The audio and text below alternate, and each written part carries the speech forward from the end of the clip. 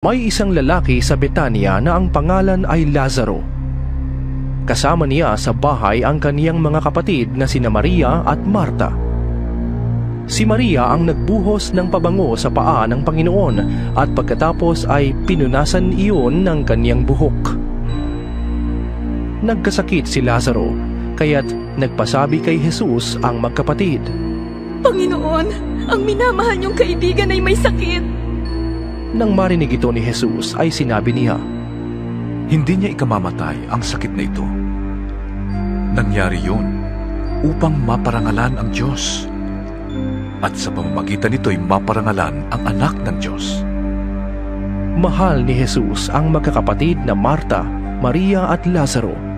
Gayunman, nagpalipas pa siya doon ng 2 araw mula nang mabalitaang may sakit si Lazaro. Pagkatapos, sinabi niya sa kaniyang mga alagad, "Magbalik tayo sa Judea." "Guro," sagot ng mga alagad, "hindi po ba't kamakailan lamang ay pinagtangkaan kayong batuhin ng mga pinuno ng mga Hudyo? Bakit pupunta na naman kayo doon?" Sinabi ni Jesus, "Hindi ba may 12 oras sa maghapon? Hindi matitisod ang lumalakad kung araw, sapagkat nakikita niya ang nagbibigay liwanag sa daigdig na ito. Subalit natitisod ang lumalakad kung gabi, sapagkat wala na siyang liwanag." Idinugtong pa ni Jesus, "Natutulog ang kaibigan nating si Lazaro. Pupunta ako upang gisingin siya." "Panginoon, kung natutulog lang po siya, ay gagaling siya." Tugon ng mga alagad. Ang ibig sabihin ni Jesus ay patay na si Lazaro. Ngunit ang akala ng mga alagad ay talagang natutulog lamang ito.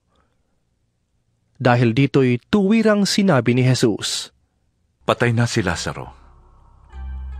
Ngunit alang-alang sa inyo, ako'y nagagalak na wala ako roon. Sapagkat dahil dito, kayo'y mananalig sa akin.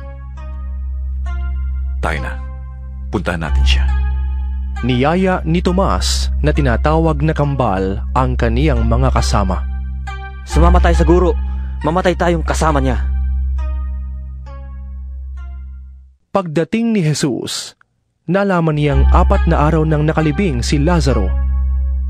May 3 kilometro lamang ang layo ng Jerusalem sa Betania, kaya't maraming taga-Jerusalem ang dumalaw kina Marta at Maria upang makiramay sa pagkamatay ng kanilang kapatid.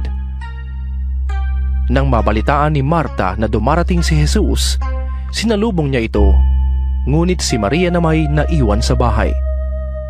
Sinabi ni Marta, "Panginoon, kung kayo po ay narito, sana'y buhay pa ang kapatid ko. Ngunit nalalaman kong kahit ngayoy ipagkakaloob sa inyo ng Diyos ang anumang hingin ninyo sa Kanya." "Muling mabubuhay ang iyong kapatid," sabi ni Jesus. Sumagot si Marta, "Nalalaman ko pong siya'y mabubuhay uli sa huling araw, sa muling pagkabuhay." Sinabi sa kanya ni Jesus, "Ako ang muling pagkabuhay at ang buhay. Ang sino mang sumasampalataya sa akin, kahit mamatay ay muling mabubuhay. At sino mang nabubuhay at sumasampalataya sa akin, ay hindi mamamatay kailanman."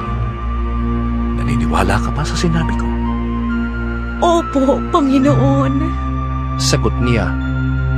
"Sumasampalataya po ako sa inyo at naniniwala akong kayo ang Mesiyas, ang anak ng Diyos na paparito sa daigdig." Pagkasabi nito, umuwi si Marta. Tinawag niya si Maria at binulungan.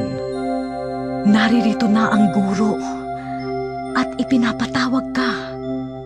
Pagkarinig nito'y nagmamadaling tumayo si Maria upang salubungin si Jesus. Wala pa si Jesus sa nayon. Naroon pa siya sa lugar kung saan niya nasalubong si Marta. Nang makita ng mga nakikiramay na Hudyo na si Maria'y nagmamadaling tumindig at lumabas, siya'y sinundan nila. Akala nila'y pupunta siya sa libingan upang umiyak.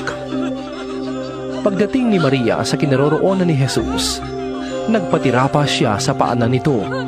Panginoon, Sabi niya, kung narito po lamang kayo, hindi sana namatay ang aking kapatid. nahabag si Jesus at nabagbag ang kaniyang kalooban nang makita niyang umiiyak si Maria. Pati ang mga Hudyong kasama nito. Saan ninyo siya inilibing? Tanong ni Jesus. Sumagot sila. Panginoon, halika kayo, tingnan ninyo. Umiyak si Jesus. Kaya't sinabi ng mga Hudyo, Talagang mahal na mahal niya si Lazaro. sinabi naman ng ilan, Napagaling niya ang bulag. Bakit hindi niya nahadlangan ang pagkamatay ni Lazaro? muling nabagbag ang loob ni Jesus pagdating sa libingan. Ito'y isang yungib na natatakpan ng malaking bato. Alisin ninyo ang bato. Sabi ni Jesus. Sumagot si Marta na kapatid ng namatay. Panginoon, nangangamoy na po siya ngayon.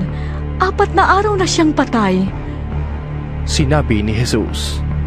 Hindi ba't sinabi ko sa iyo na kung mananalig ka sa akin, ay makikita mo ang kapangyarihan ng Diyos? At inalis nga nila ang bato. Tumingala si Jesus sa langit at sinabi, Ama, nagpapasalamat ako sa iyo sapagkat dininig mo ako. Alam kong lagi mo akong dinirinig.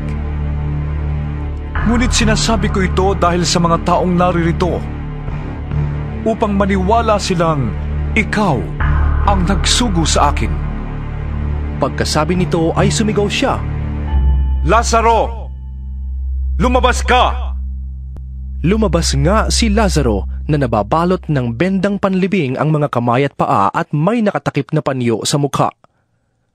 Sinabi ni Jesus sa kanila, Kalagan ninyo siya at nang makalaya. Marami sa mga Hudyong dumalaw kina Maria ang nakakita sa ginawa ni Jesus at nanalig sila sa kaniya. Ngunit may ilan sa kanila na pumunta sa mga Pariseo at ibinalita ang ginawa ni Jesus. Kaya't tinipon ng mga punong pari ng mga Hudyo at mga Pariseo ang mga kagawad ng Sanhedrin.